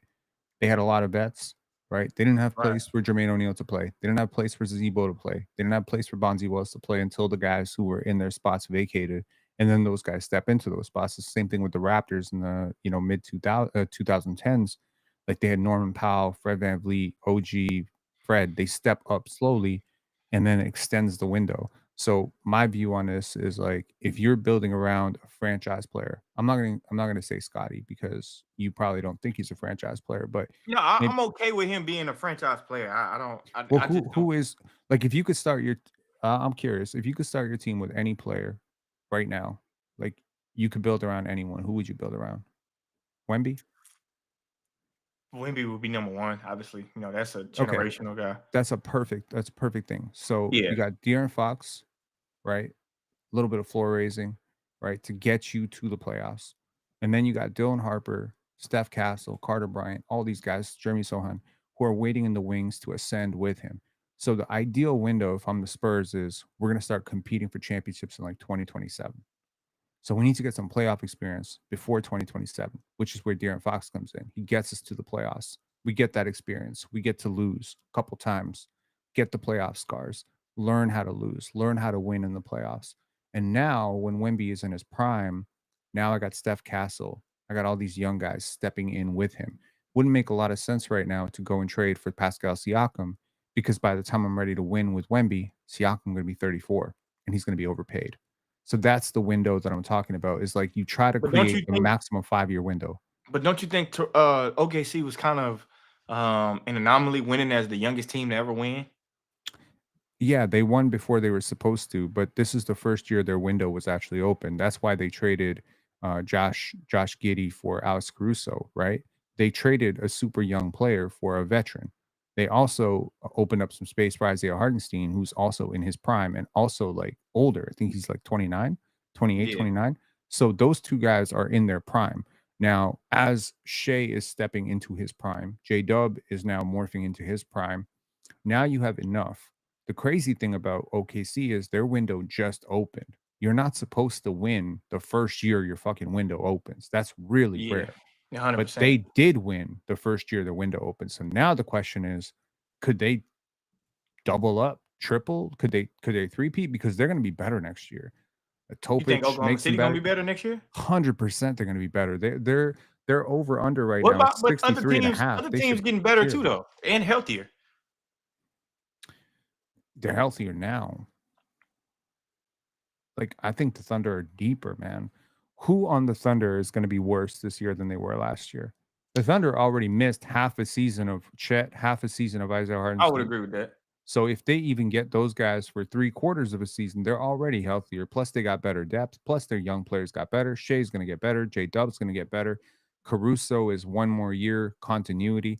Plus they got the benefit of continuity. They already have the high of defending their championship. I think they might clear 70 wins, man. They might. Like they could. 65. That's hard. 66. That's gonna be hard. The West just got so much better. The West was already tough, and now when it got so much better, that's gonna be hard to clear 70 wins. Like Minnesota's gonna be a better team. Houston's obviously gonna be a better team, like a way better team. Houston will be better. Denver, I don't know if why is Minnesota better. I think just getting a 2 years with Julius Randle and Anthony Edwards, I think them having them 2 years together is going to just like they started off very rough last year. I don't see that starting off rough again. For another 30 games, would it took them 30, 40 games to get regular? The groove that they had leaving the playoffs. But Randall's a perfect example of what I'm talking about with Siakam because like if you study the charts of NBA progressions, there ain't a lot of players who are better at 30 than they were at 27. There are some, very rare. DeMar DeRozan, Paul Pierce, these guys age like fine wine. I don't know how Julius Randle's going to age. He probably ages fine, but I don't think you have a super long window with those two. I mean, players can develop. Like KD's an example. I think there's certain players whose game lend themselves to like getting better, but most players are way worse at 31 than they are at 26. So you know what's so crazy is I was at dinner with Dorian Finney-Smith, right? And we were talking about like I asked him about Julius Randle, and he was just like, bro, it was easier guarding Julius Randle, a few years ago. It was like last year, like, man, all he would do was just use his strength. He was like, this year, shit. He was like, this year, he got skill. You know what I mean? He got skill, like to where it's not just all about strength anymore. It's more so about feel for the game. He can shoot it. He got more moves. He changed the way he do some things. My best friend used to work out with him in Dallas at Sanders Fit. Before they started their workout, he would run a mile every time. Before they start the workout, they would run a mile. And I think they would finish with it. And Julius Randle was working out like 4 times a day. He would work at like 5 a.m. Then he would go lift, go to the gym. He was doing. So I'm not surprised with the season that he had, because I remember him in the gym, like locking in and working. That's why all year when everybody on the panel was saying he was trash, that's why I was the main one saying, no, he not trash. Like, so I just feel like him going to another year with Anthony Edwards, where I feel like he could be comfortable. They gave him an extension too, meaning they believe in him for right now. You know how the NBA goes though, but they believe in him. He wanted that extension that they wasn't gonna give him in New York. I feel like he can turn it around, especially if he improved more as a playmaker too. What about Gobert? You don't think he's regressing? Gobert's who he is. Gobert's who he is. I don't think you see much improvement from him, especially on the offensive end. If he improves on the offensive end, it doesn't matter because they don't play in a way that it suits him to improve. If that makes sense. Like, but it's not like 33, bro. So he's 33. So the way I see it is like there's always like a cliff, and you don't know when that cliff is going to come with certain players. Yeah. Right. Like it could come, and it's just like you've seen it. I'm sure you've seen it where like this dude is a starter, and then one off season later he's unplayable because there's an athletic regression. You don't know when the fall off is gonna happen. That's for sure. You definitely. So I mean, like the fall off could be like next week. I 100% agree with that. I kind of reference it to like losing hair. You know what I mean? Like one day you got a head full of hair, then the next day your shit just go back. For sure. I definitely agree with that, but at the same time, I think it would be only educational for us to assume it forward coming off of the postseason that they had. You know what I mean? I think they should be good for one more year. Plus, I would agree. One more year. But they lost. But they lost Nikhil. They lost Nikhil, and I don't think they replaced him. And they think Rob is gonna fill that role. That's gonna be tough. Totally different players, though. I don't know how good. And Mike Conley also super old. And you don't know when the cliff is coming for him, but he's probably done at this point. So I mean, I could see a world in which they're worse. Did they get? They didn't get much additions, right? No, they didn't, man.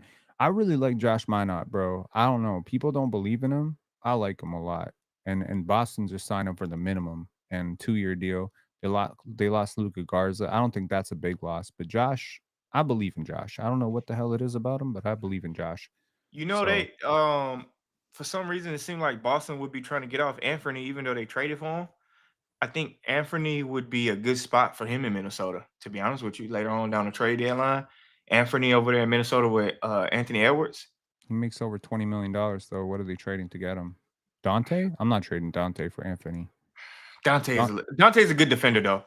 That's exactly it. Defender. Anthony Simon's the worst defender I've ever seen in my life. Anthony is a bad defender, but him and Trae Young, unplayable. Josh can guard. I would agree. I would agree, but at the same time, the clip that Anthony is going to bring for scoring, I think Minnesota might walk into a scoring problem next year. Anthony Edwards going to be him. Julius Randle's going to be him. But who is Julius Randle passing to? Naz Reid. Rob Dillingham. 6 man. Yeah. I don't believe in Rob Dillingham. You know how I am about smaller guards. I just don't believe in Rob Dillingham. I think their goal. I think their saving grace could be Jaden McDaniels. Honestly, he could improve. That's a good point. He could absolutely improve as an offensive player. Him improving makes them. But what increase do you think he's going to have? like the dribble drive game, the pull up game. He just become a little bit more dynamic. I could see it. I've seen a little bit of it in high school with him. I went back and watched some of his tape because Ron and Ox are always gassing up Jaden McDaniels, high school. And sometimes it takes a while to get the speed right to do that to do that stuff at the NBA level. Like you have certain tendencies and talents. He's obviously very huge, right? 6'9", 6'8.5", long arms. Like he's got some skill. And I've seen him pull off some moves. That's a good call. Terrence Shannon was a great one. Great one. That's a great pickup. Jaden McDaniels averaged 12, 5, and 5, I think. Let me see. He's pretty efficient, though. I'm curious. Like, I have one final question for you, then I got to get the hell out of here. Go ahead. Specifically, scoring diversity versus scoring efficiency. Right? Okay. This is a Kobe Bryant question. Right? All right. Kobe, not the most efficient scorer, but super diverse. Threat everywhere. Left side, right side, at the rim. There's nothing that you can take away. It's not like, oh, push him left because he likes to go, right. No. It's like he'd go either way and be just efficient. Right? So what do you value more? Like there's obviously a relationship between volume, efficiency, and diversity. But it's like, how important is diversity in terms of scoring? And honestly, this is the 2007 LeBron diatribe that we got in, like that discussion we got into got me thinking about it. And I'm like, 2007 LeBron wasn't that diverse as a scorer. Correct. And he got exposed. Okay. Right. So even though he was super efficient, he wasn't diverse. He had the efficiency, he had the volume, but he didn't have the diversity. And I'm looking at super diverse scorers like Kobe, and I'm like, those guys are really hard to stop in the playoffs. So I'm just curious, like when you're training or when you're watching film, even when you're watching WNBA film, even if a player isn't super efficient, does it matter to you? Like, how much does it matter to you that their offensive package is super diverse?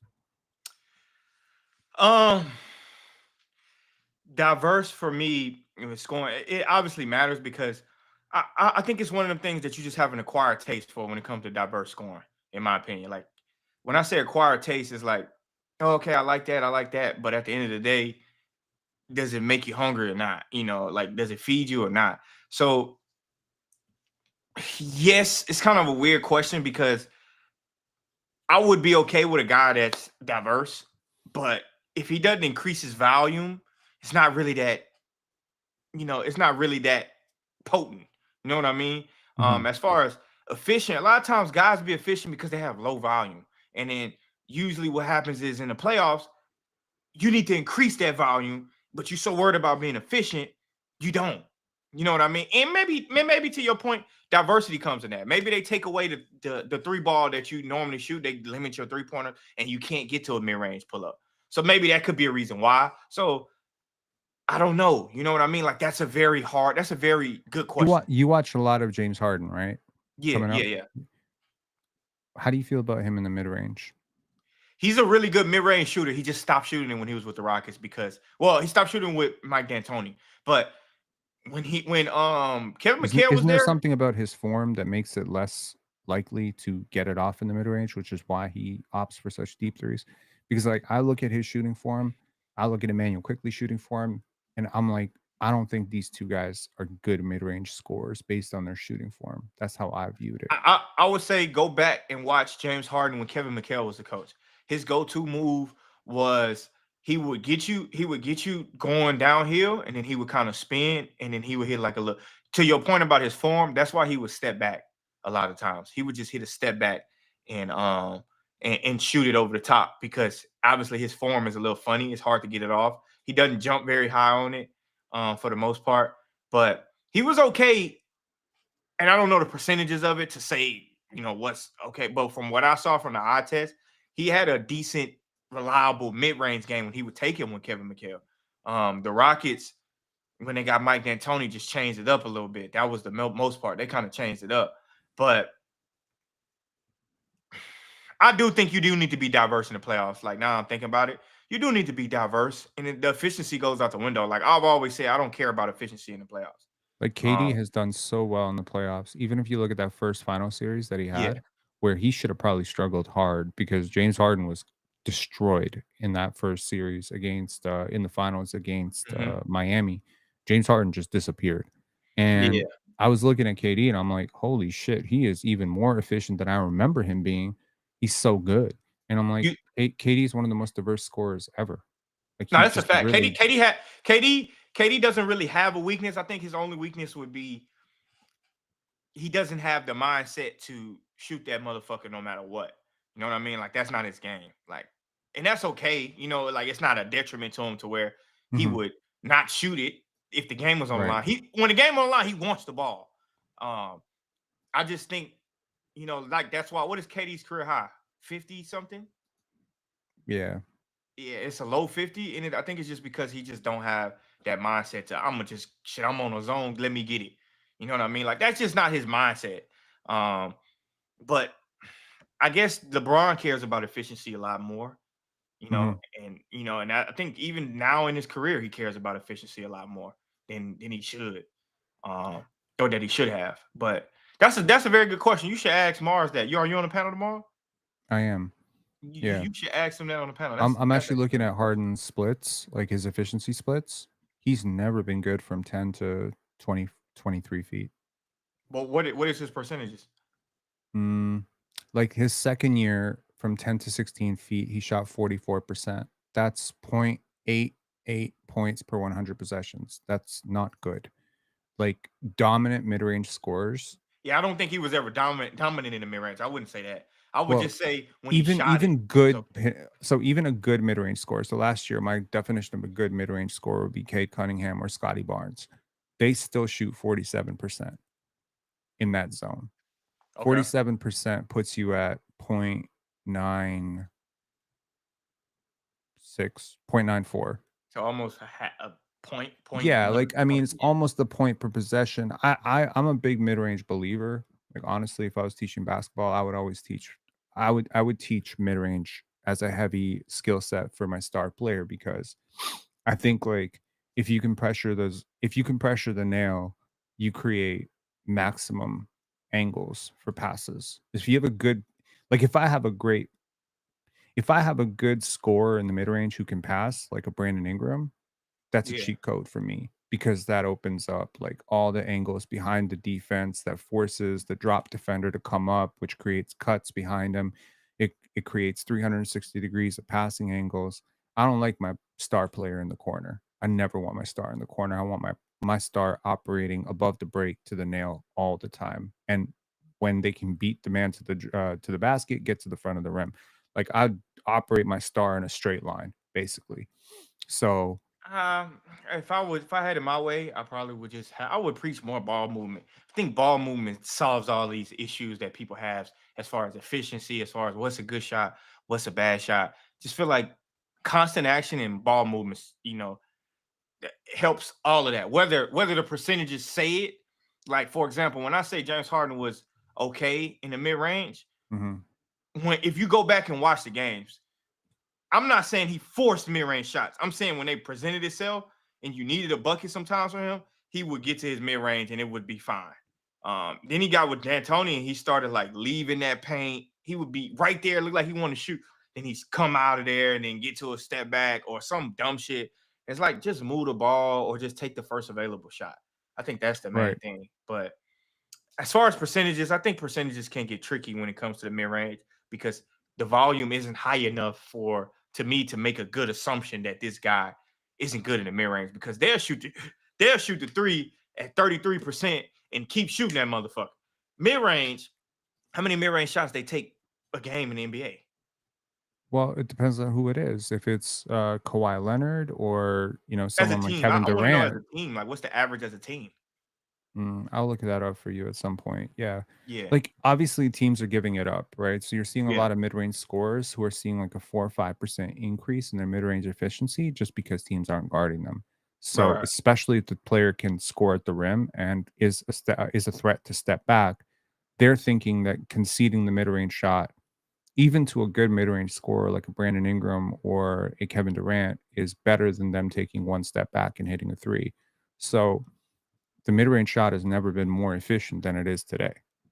because teams aren't guarding it. This is the first time in NBA history that teams are just giving it up. So it's like, if you're good at it, take it. Like, you stupid not to, you know? Yeah. Obviously, if you have an open driving lane, drive, because get fouled, shoot free throws, much better. But like the mid range shot, and then the volume, like that a Kawhi Leonard hits it at. Like, if you look at all the players in NBA history who won championships as like their team's leading scorer, they're dominating from the exact same zone, man. They're dominating from 3 feet to 15 feet. Yeah. That's Of the course. entire thing. Like, the only exception that I can really think of is like the Celtics. Like, that was the one team that just won playing the stupidest brand of basketball I've ever seen. But like most of the other I teams, hope they're they like abandon that playing. shit. Yeah, like most of the other teams, they're running off ball, they're running split action, they're running a lot of cuts, they're running a lot of, triangle principles and stuff like that. I just did a video today on my channel. I saw a little bit. I tuned in a little bit. I saw you breaking down some film too. Yeah, dog shit ass offense.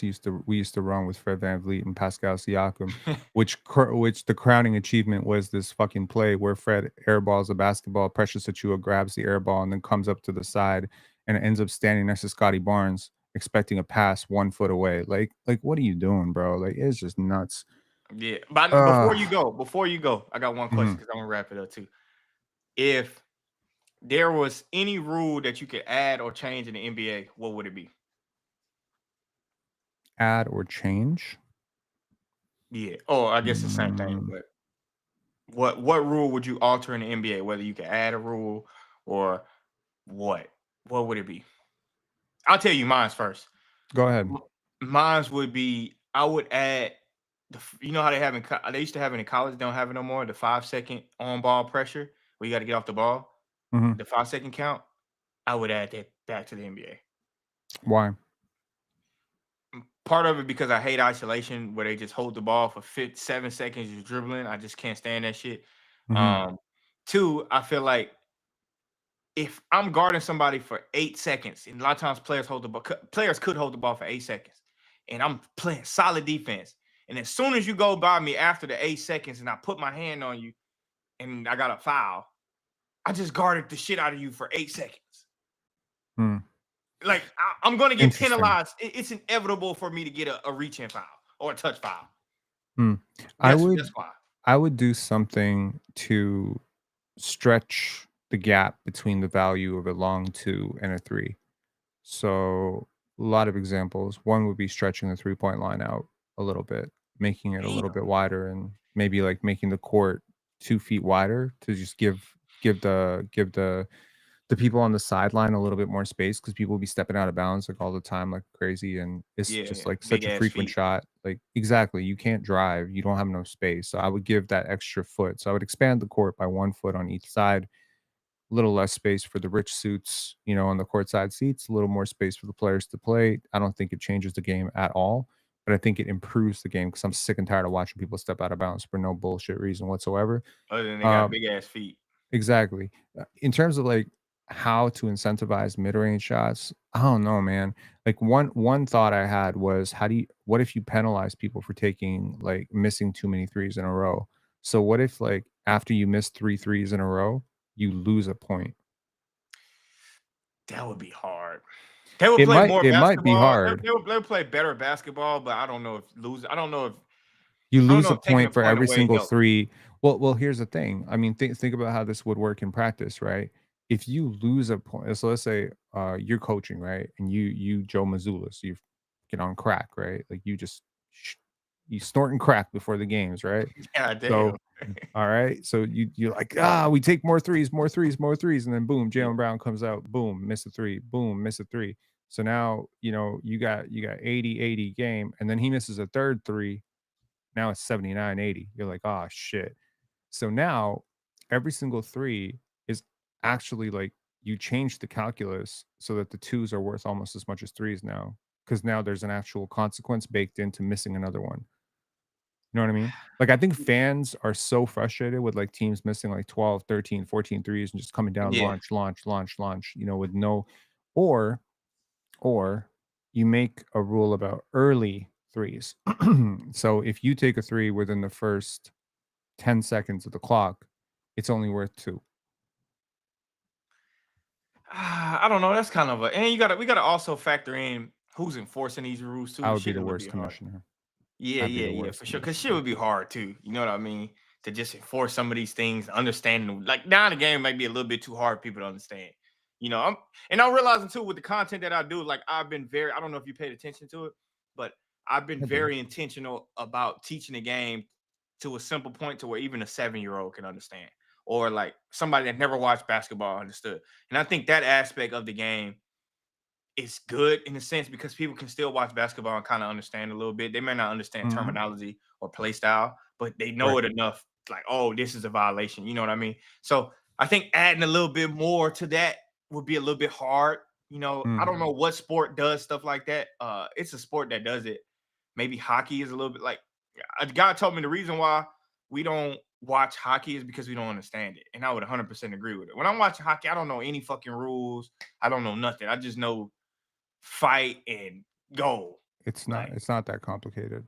Same Hockey's with not that soccer. Like I don't know no rules in soccer. It just look like they running up and down the court, kicking the ball and shit. You know, and the ref just Right. pulls a card. You Like, never I don't. played? You never played soccer? I played it, but not consistently. I might have played it, you know, recreational, but we didn't But have not no organized rules. soccer. Huh? I got you. Well, Yeah. soccer is easy to follow. Hockey is not as easy to follow, but pretty easy to follow. They got like some additional rules. I think basketball is more complicated than all those things. But to your point about teaching the game, I do appreciate how you do it. Actually, I told you this a long time ago. I've been following your content for like years. Like I remember, I think shit, like I think I subbed up to you on Instagram at like 8,000, 9,000 subscribers. Long time ago, man. Oh, Long okay. time ago. You Okay. Yeah, launched that's up a to long time ago. 40,000 now. But Yeah. you've always been doing this, like the film breakdowns and stuff. And someone once told me that if you're a real expert, you should be able to explain it to a 5-year-old. 100%. Right? And that's always been my goal. That's always been my goal. Yeah. I've been way more intentional about it. I would like if I go back and look at older videos, I would probably like, you know, talk over some things that I felt like I could have explained in detail. So Right. now I pretty much try to do it. I used to do like 3 or 4 plays at once. Now I just take my time with one play. And like Right. I've seen a lot more people react to it. But I really appreciate you, you know, popping up on me. And I promise you I'm gonna pull up to your channel too. We gotta find a day where we can plan it and I can get on there. You probably gonna expect me to go live a little bit more. That's why I got this new state of the art setup. I'm probably try to do it 3 times a week. So like that's my new goal, trying to input my content, you know, increase my input and my output at the same time. So you're gonna see a lot more of these as well too. Well, it's good, man. Your timing sucks though, because I don't know if you got the offer. Did you get the membership offer for YouTube? No, I have not. I have never been. My YouTube isn't monetized because I haven't been focusing on YouTube like that. You can monetize. I think you have enough views and enough subscribers. So the crazy thing is, they sent me an offer. It was like a week and a half ago. They said turn on channel memberships and we'll pay you $3,000. Oh, really?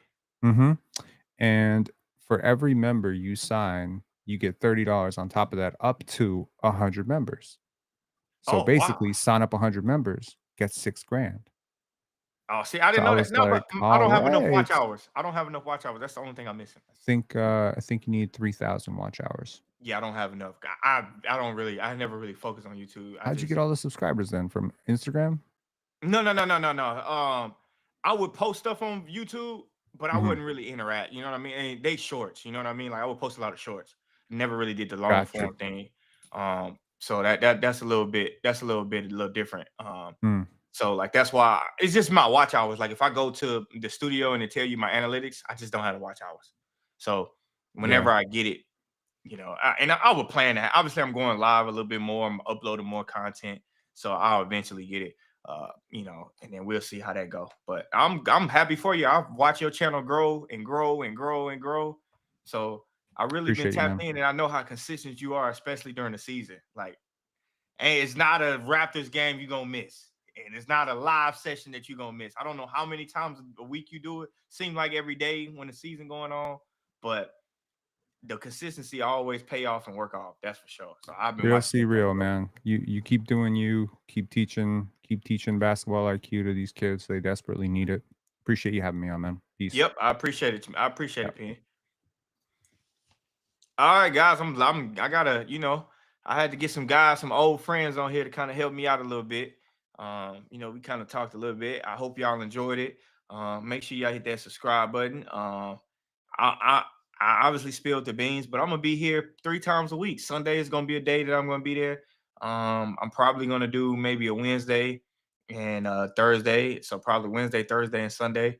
You know, if everything work out, I'm gonna give y'all a consistent schedule so y'all can know that I'm gonna be on here a lot more consistent. And I definitely want to just interact with way more people. You know, I know sometimes people might think, you know, I could be an asshole sometimes, or, you know, I want to debunk the theory that I got 0 brain cells. That shit just be killing me. But you're going to see a lot more. So that's why I'm being a little bit more consistent. Got to give the fans what they asked for. A bunch of people been asking me for this a whole bunch of times. And y'all let me know who y'all want me to break down too in the comments. You know, like, I don't always want to do players that I want to break down. I want to do players that somebody else want me to break down. So y'all let me know as well too, and we can get this thing going. But I definitely appreciate y'all. I'm locked in for now. So y'all have a good one. I'm out of here.